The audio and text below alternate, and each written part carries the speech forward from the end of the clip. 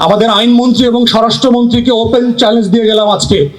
আমি আর শিশির বাংলাদেশ সরকারের যে কোনো মন্ত্রীকে অন রেকর্ড কনস্টিটিউশনাল ইস্যুতে চ্যালেঞ্জ করে গেলাম। যদি আমাদের থাকে চ্যালেঞ্জ করতে পারেন, প্লিজ কাম অন ডেস্ক। আমি আর শিশির বাংলাদেশ সরকারকে চ্যালেঞ্জ করে গেলাম on constitution. Please come to talk about the constitution and history. দেখি আপনারা পারেন কিনা। সাহস থাকলে আইসেন ডাকতে। আপনাদের কার কতটুকু কনস্টিটিউশনাল নলেজ আছে, কনস্টিটিউশনাল ডেপথ আছে, উইড লাইক টু সি ইট।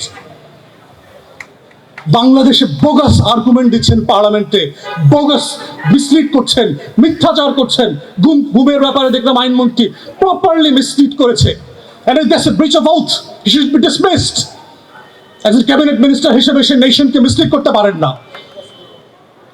তো সেই জায়গাতে আমরা বারবার বলছি, এই জাতিকে আমরা ওয়ার্ন করছি, আমাদের তরুণদেরকে আমরা বলছি যে এটা এক অনিবার্য বিপ্লবের বাস্তবতা তৈরি করছে।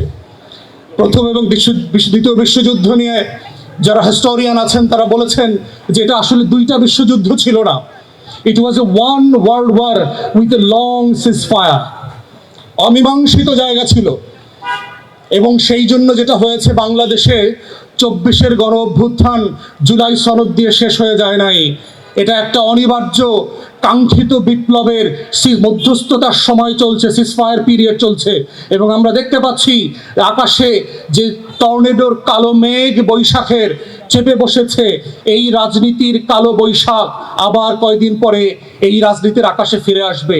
আমাদের তরুণরা আবার মুক্তির লড়াই নিয়ে আবু সাইদ, মুগ্ধ, ওয়াসিম, শরীফ ওসমান হাদির মতো আবাবিল হয়ে আবার বাংলার আকাশে ফিরে আসবে, শুধুমাত্র এইটা বলবার জন্য বুকের ভেতর অনেক ঝড়, বুক পেতেছি গুলিকর, লাখো শহীদের রক্তে কেনা দেশটা কারো বাপের না।